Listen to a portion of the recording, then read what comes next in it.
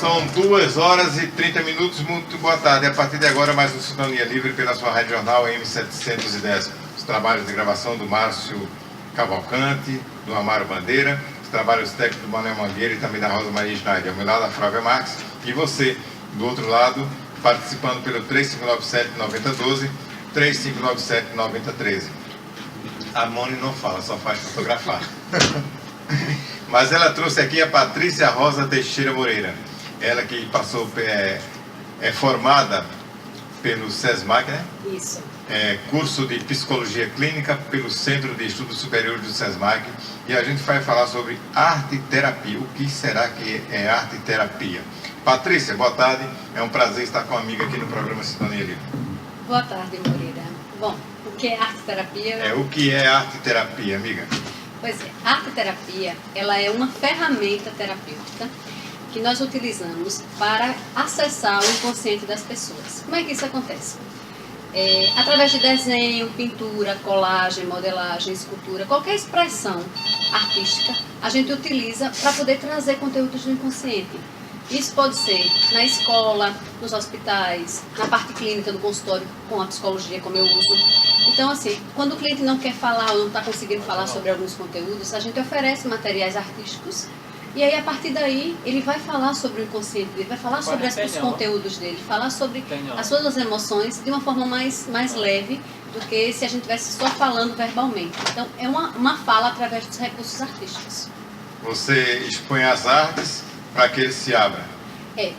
Os meios, né? Na verdade, não são as artes, os meios. Os meios. Que são os desenhos, ou seja, os lápis de cores, os pincéis, as tintas, argila, tecelagem com tecido, costura, a parte de expressão corporal, de dança, de poema, a escrita. Então, todas essas formas de expressão a gente utiliza para que o indivíduo fale sobre os seus conteúdos.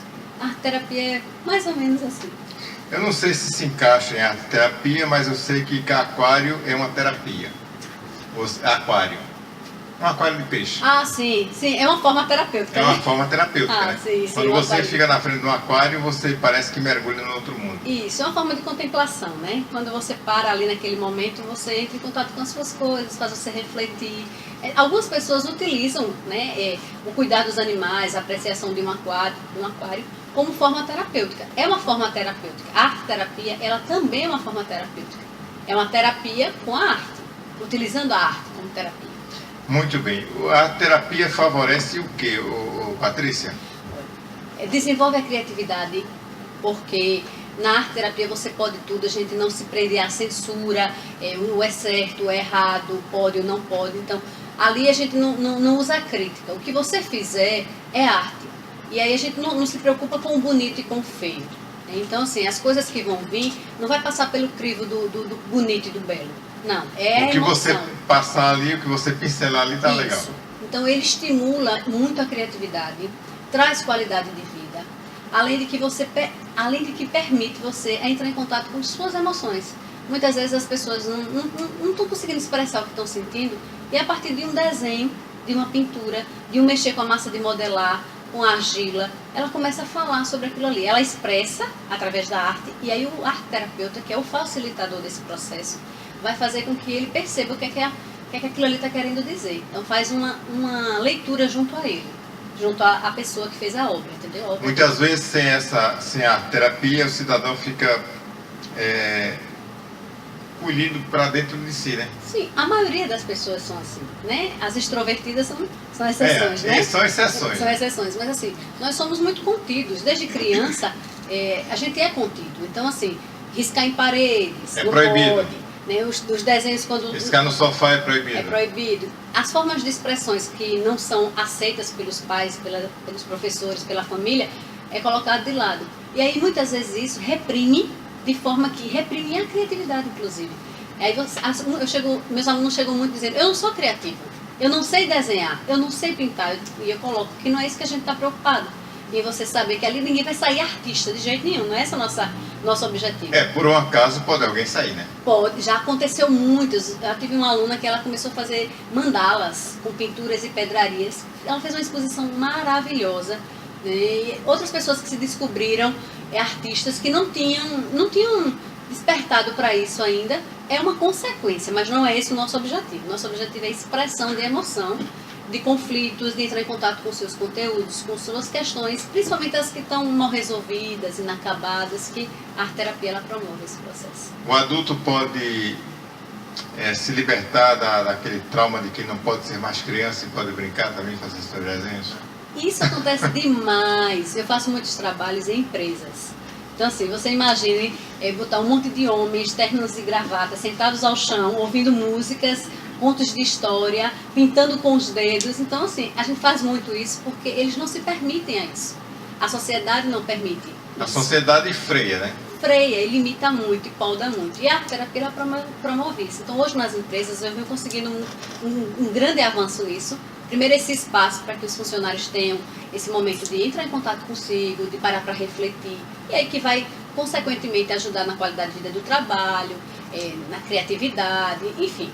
Mas você vê adultos que achavam que essa fase já tinha passado, sentado ao chão, brincando, curtindo, rindo, porque isso ajuda na sua qualidade de vida. Ele desbloqueia de um monte de coisa, relaxa, né? Faz você refletir sobre o seu momento de vida, o estresse, diminui o estresse, evita um monte de problemas emocionais, de depressão, de pânico, porque quando você começa a trabalhar essas questões emocionais, você vai desbloqueando um monte de coisa.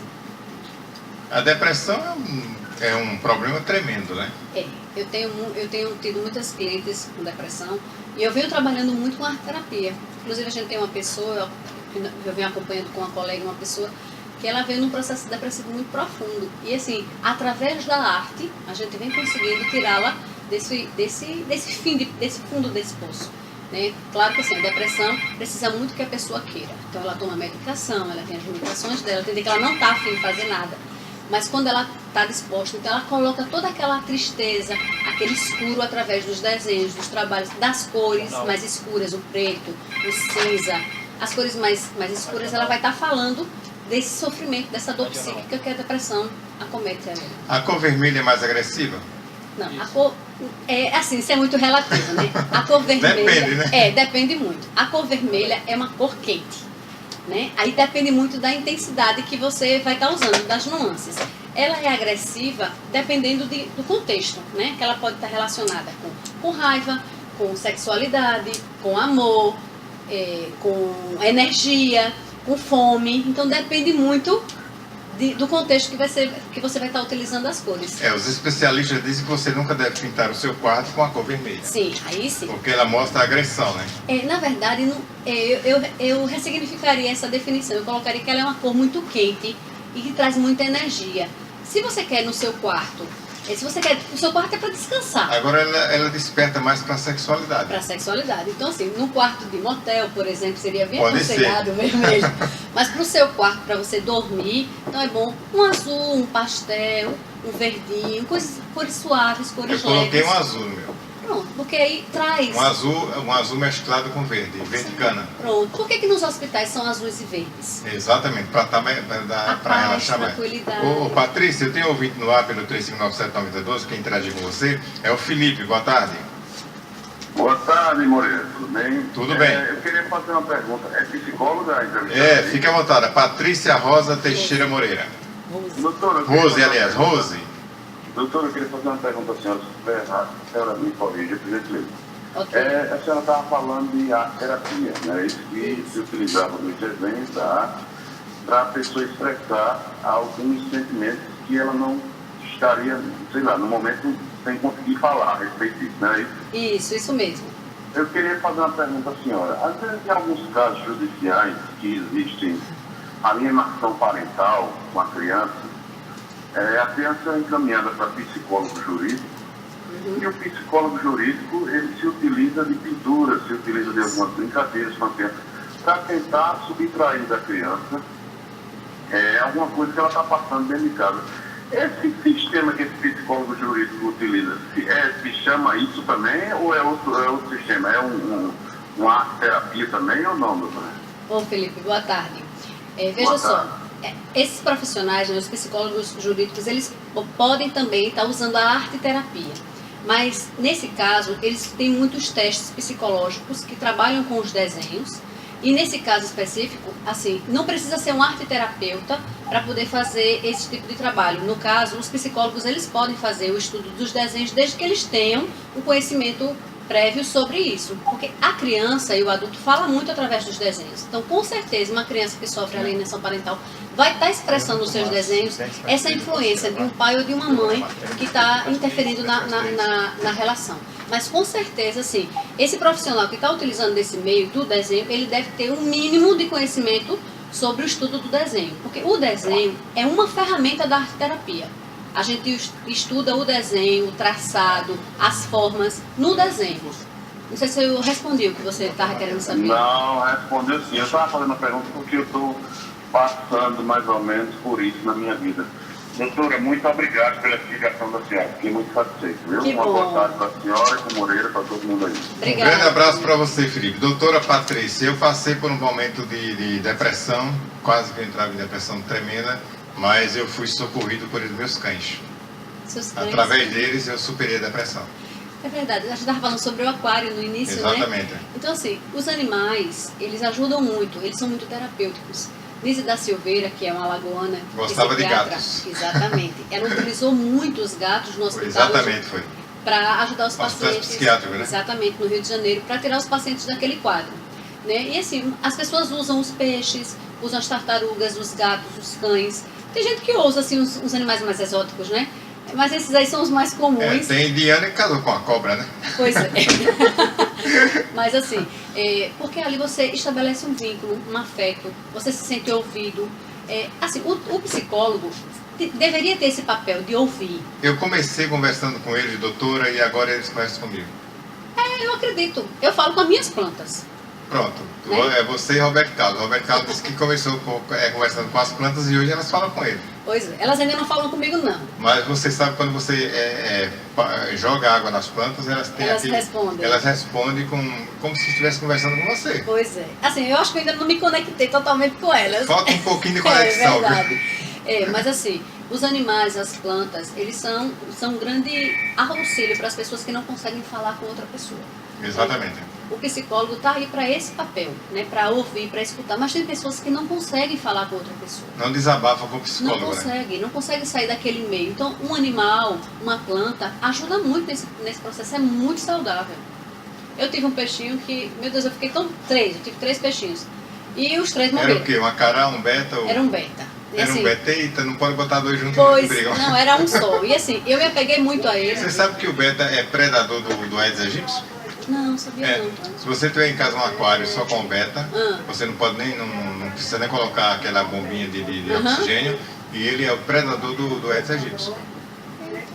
Pois é, e eu me apeguei muito ao meu peixinho, aos 3. Quando E, ele assim, morrer, ela chorou. Chorei muito, fiquei muito mal, porque foram presentes de alunas, pessoas muito especiais.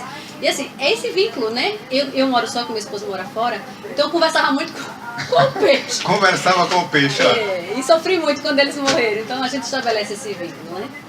Exatamente. Agora, você já participou de vários congressos, Sim. tendo alguns seus artigos publicados em revistas especializadas. Sim. E você tem livros também, Sim. Patrícia? Congresso a gente está tendo esse ano, o 11º Congresso de Arte Terapia, que vai estar acontecendo no Espírito Santo. Né? E aí a gente vai estar participando, a Arte Terapia aqui em Maceió, a gente vai estar lá. Estamos aguardando a resposta de confirmação do nosso trabalho. Nós escrevemos uma técnica para ser aplicada lá e vamos aguardar para ver se vai ser aprovado, porque eles passam por um crivo. Né? E eu tenho 4 livros lançados. Eu estou aqui com 3, Com é isso? 3, é porque um já Eu estou esgotou. com Mensagens e Reflexões, volume 1, Isso. Mensagens e Reflexões, volume 2 e Introdução à Ah, Arte Terapia, com a capa muito bonita. Isso, a capa foi feita pelo... Inclusive, as outras duas também são bem chamativas. É um rapaz que É trabalha alguém comigo. no espaço? É, mais ou menos assim. O Flávio quem fez essas capas para mim, trabalha com a gente na terapia. Então, a mensagem que você leu no início, sobre mãos, né, é uma mensagem que eu inclusive já usei ela nos meus grupos, e são mensagens como essa que ficam inclusas nesses livros, Mensagens e Reflexões 1 e 2. Nesses 2 livros é uma coletânea de mensagens de letras de músicas, de poemas, de fábulas, metáforas, que eu fui coletando durante a minha vida profissional e utilizo muito nos meus cursos. Como você Não fez? chore por pessoas que não chorarão por você. Pois é, então são mensagens para a gente refletir. Eu utilizo muito no início das minhas aulas, dos meus grupos. Como você fez para começar o teu programa, né, fazendo essa chamada. Então eu utilizo muito mensagens que estão nesses livros. As minhas mensagens do programa são do Rivalci Liberato. Ok, eu posso até deixar com você para que você faça uso dessas mensagens também. E, Com certeza farei. e a introdução à arteterapia, esse outro livro, é uma coletânea de todos os materiais que nós utilizamos no curso. Então, assim, aí tem falando sobre desenho, pintura, colagem, modelagem, que são as propriedades arteterapêuticas. Falamos sobre cores, formas, símbolos, criatividade, história da arte, mandalas, arteterapia com crianças, adolescentes, adultos, idosos. Então, é um resumo de tudo que nós vemos no nosso curso. Tudo que nós vamos abordar tem nesse livro. E o outro livro que eu não trouxe porque já está esgotado, que é um livro voltado para contos de fadas. É um livro que é como interpretar os processos dos contos de fadas. Então, assim, é um livro que já está esgotado, eu ainda não reeditei ele, que é uma visão junguiana sobre os contos de fadas, sobre a contação de história. Então, Os contos de fadas povoaram as mentes das gerações passadas. e das gerações presentes Das atuais também. A gente vem fazendo essa campanha, né? Faço um trabalho paralelo de contação de histórias, já fiz um curso de contação de histórias pelo SESC, que assim, as pessoas deixaram de contar histórias e de ouvir histórias. Antigamente a gente ouvia, doutora. Ouvia nas calçadas, ouvia pelos nossos avós, as pessoas do interior ouviam muito. No interior as pessoas costumavam ficar a partir das 5 horas da tarde nas Isso. calçadas ouvindo as histórias dos mais velhos. Isso. Cada mentira, doutora. Os causos, né? Os causos. Acaba que pegou uma cobra de 10 metros pela garganta. Pois é. E a partir daí surgem as lendas, né? E os mitos. Mas o que acontece é que hoje, assim, as pessoas não param para contar e Não para existe ouvir. tempo, né? Não há tempo, mas tem outras formas de a gente ouvir. Então, a internet contribui muito, porque se você quiser ouvir uma história, você pode Você ouvir. vai lá no Google. Você pode ouvir, já vi os No CDs, YouTube. que as histórias são contadas também. Claro que não se compara a uma história contada por uma pessoa, que você está vendo a expressão, abrindo os olhos. Como dizendo- se ela tivesse vivido aquele momento, né? Exatamente. Não tem comparação. Mas assim, é um trabalho que a gente vem de resgate com as crianças e com os adultos também, de ouvir contar a história, porque aguça a imaginação, a memória de quando você ouvia, ou de quem contou uma história para você, a história dos antepassados, né? A contação de história precisa permanecer, a gente precisa fazer com que ela continue viva. Um dos mais famosos foi aquele livro Mil e Uma Noites. De Sherazade, que toda vez que ela vinha, contava uma Uma história história diferente. para não morrer, até um dia que o sultão se apaixonou por ela e não quis mais matá-la. Isso já tinha passado 1001 noites, né? 1001 histórias. Agora não vá pensar que beijar um sapo ele vira príncipe não, viu? O Isamel tentou beijar no programa dela, o cabo não virou príncipe não. São as imagens, né, que ficam na nossa imaginação de príncipe, sapo, e as ideias que a gente tem sobre isso, né, que acometem nossas imaginações, nossa imaginação. Patrícia, a terapia pode ser aplicada também nas instituições e empresas? Sim, com certeza. Pode ser nas empresas e também nas instituições como CAPES, CRAs, grupos operativos, em hospitais, em escolas. A terapia ela pode ser aplicada onde tiver Consultórios pessoas. também? Sim. Tanto os psicólogos, todos os meus grupos eu tenho assistentes sociais que vêm buscando a terapia como ferramenta, terapeutas ocupacionais, pedagogos, psicopedagogos, psicólogos, e hoje em dia assim, vem chegando muito médicos e enfermeiros, porque querem fazer um trabalho diferenciado com seus pacientes, inclusive com as crianças e com os idosos. Então, assim, o público ele é muito vasto. Vai de criança, adolescente, adulto e idoso. Como é que é fazer um trabalho psicológico de arte terapia com torcedor do Corinthians em São Paulo? É complicado. Tá vendo? Calma. Foi um acidente de percurso aqui. Ok. Agora, doutora, autoestima. Valores, expressões, sentimentos bloqueados. Assim, muitas vezes nos trabalhos artísticos as pessoas acreditam que não conseguem fazer. Por exemplo, uma das ferramentas que a gente trabalha é esculpir em pedra de sabão. Não é a pedra sabão de Aleijadinho, é a pedra de sabão, sabão de pedra que a gente Aleijadinho era fantástico, né? Pois é. Não sei como ele fazia aquilo, viu? Aí tem tantas controvérsias sobre a história dele que eu soube um dia desses, assim... Não, ele era meio ríspido, né? Muitas coisas assim que... Você acompanha a semana do Globo News, não? Não, vi não. Tem falado sobre o quê? O Gabeira, falando sobre ele. Não, vi não. O que é que falava? Falando sobre a vida dele, sobre a arte dele. Ah, sim. Sobre o filme que foi produzido por ele, para ele. Esse filme eu conheço. E eu soube há pouco tempo de uma professora minha, que muitas coisas que foram faladas, registradas sobre ele, não se tem certeza se foi daquela forma mesmo. Porque a doença que ele tinha incapacitava ele de fazer tudo aquilo. E não tem registros escritos de que... Será que ele tinha um sócia? Pois é, então eu fiquei muito triste quando eu soube disso, porque eu já fui em Ouro Preto e conheci toda a história dele. Eu fui também, conheci Ouro Preto também. Então, e você se deparar com uma história que você fui não sabe se é verdade... Fui naquela região de Ouro Preto por ali, é lindo aquilo. Pois é. Então, você perguntou sobre a autoestima, deixa eu voltar. Exatamente, vamos lá. Porque a escultura, quando eu comparei a pedra de sabão, porque quando você está diante de uma pedra de sabão, né, aquelas normais comuns, você não imagina que você consegue fazer nada a partir daquilo ali. Então, a autoestima, quando a gente trabalha, é você, a partir de uma pedra, você conseguir esculpir alguma coisa ali. E falar de sentimento com aquele material. Então, assim, quando a gente trabalha a autoestima, é você acreditar piamente que não consegue e você se permitir conseguir. É você dar vida a algo que aparentemente não tinha forma nenhuma, como uma argila, por exemplo, uma massa de modelar, uma massa de farinha, e você conseguir produzir algo e dar vida ali, dar uma simbologia. Então, a autoestima nesse sentido de você sentir que pode, que consegue realizar alguma coisa. Então, a arte-terapia ela promove isso também de você ultrapassar limites e acreditar que você pode ir além. Como é que ela entra na sexualidade e na quebra da armadura corporal? Pois é, porque assim, na arte-terapia você utiliza de muitos recursos, inclusive a expressão corporal, né, que é tudo que as pessoas acreditam muito que não podem, que não conseguem. E a partir de alguns trabalhos corporais, a gente trabalha muito a sexualidade também, porque solta, desbloqueia algumas coraças do corpo, né? E aí a pessoa se permite alguma coisa a mais. Mas assim, a gente trabalha muito com a dança, com o corpo, com a expressão mesmo viva. Expressão corporal, né? Isso, que ajuda a desbloquear e entra em contato, inclusive, assim, a gente pede, por exemplo, para fazer um trabalho de autorretrato. E ver, através daquele desenho, como a pessoa se vê como pessoa e como ser sexual.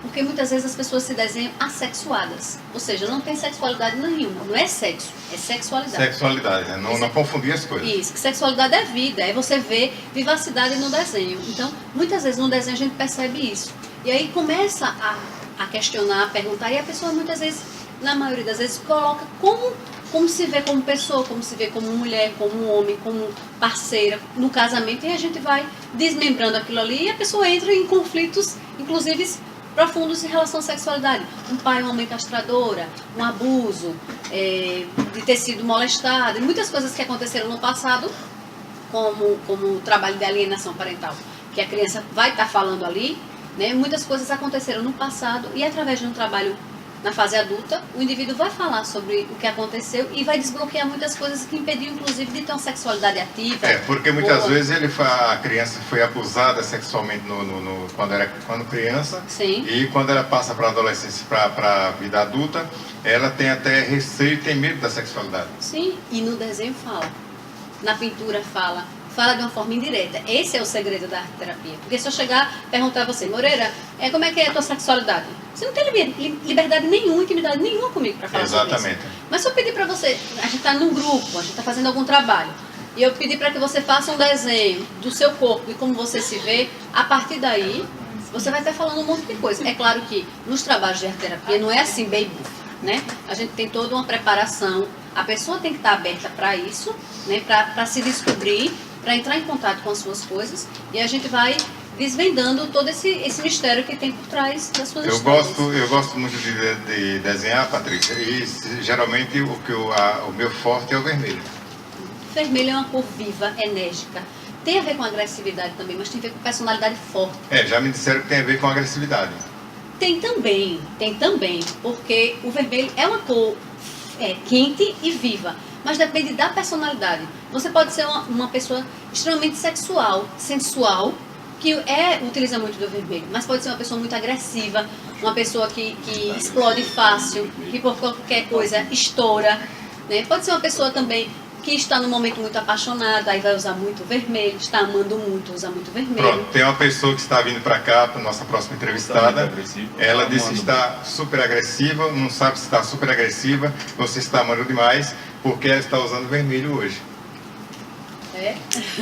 A minha amiga Júlia Nunes, doutora Júlia, estava aqui já ao lado do Caio Milito falando sobre SOS Consumidor. A cor que você sai, inclusive, de casa, no dia que você está saindo de casa, fala um pouco sobre como está seu dia também.